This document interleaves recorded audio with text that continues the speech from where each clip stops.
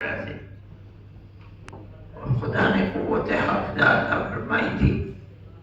کہ وہ چیز پوری محفوظ ہو جایا کرتی تھی۔ میں اس کی تصدیق نہیں کر سکا ہوں، لیکن مجھ سے بعض اساتذہ نے فرمایا کہ حضرت شیخ الہند رحمۃ اللہ علیہ نے جس سال بخاری پڑھائی اور شاہ صاحب تھے، میں مصدق بات نہیں کہہ سکتا ہوں، لیکن میں نے استاد ہی سے سنا کہ حضرت شیخ الہند رحمۃ اللہ علیہ نے بخاری جس مدت میں پڑھاتے تھے اس سے زیادہ مدت میں پڑھائی۔ انہوں نے یہ فرمایا کہ میں روزانہ بخاری کی شروع کو دیکھ کر کے ان کو حفظ کر لیتا ہوں،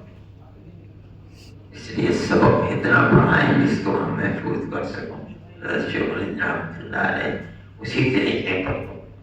سبق دیا کرتے تھے، اگرچہ وقت اس سال بخاری کا زیادہ لگ گیا۔ استاد یہ سمجھتا تھا کہ یہ میرا شاگرد کس مرتبے کا شاگرد ہے اور اس کو علم کی کتنی طلب ہے، وہ اس علم کو برابر حاصل کرنے کے لیے اس طریقے پر۔ جب حضرت فارغ ہو گئے کچھ دنوں کے بعد، مشغلہ تو صرف علم کا تھا اور یہ حضرت کا وطن بھی نہیں تھا، مولانا حبیب الرحمن صاحب کو یہ خیال ہوا کہ اب یہ شادی کے لیے چلے جائیں گے یہاں سے کشمیر، اور حضرت کے نہیں چاہتے تھے کہ اگر کشمیر چلے گئے تو پھر آنا مشکل ہے، اس لیے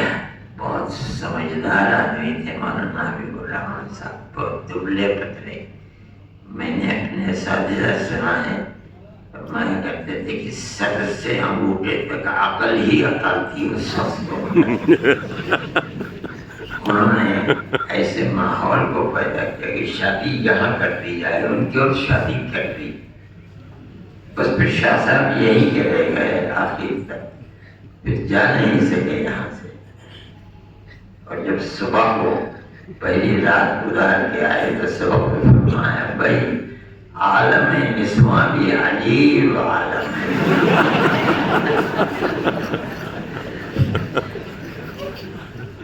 اللہ ان کے قبر کو نور سے بھر دے اور ان کے اساتذہ کے ساتھ میدان محشر میں ان کو رکھے اور ہمیں ان کے نقش قدم پر چلنے کی توفیق عطا فرمائے۔ مجھے اگر میری طبیعت ٹھیک ہوتی میں کچھ اور کہتا، میں معافی چاہتا ہوں، اللہ تعالیٰ کامیابی عطا فرمائے۔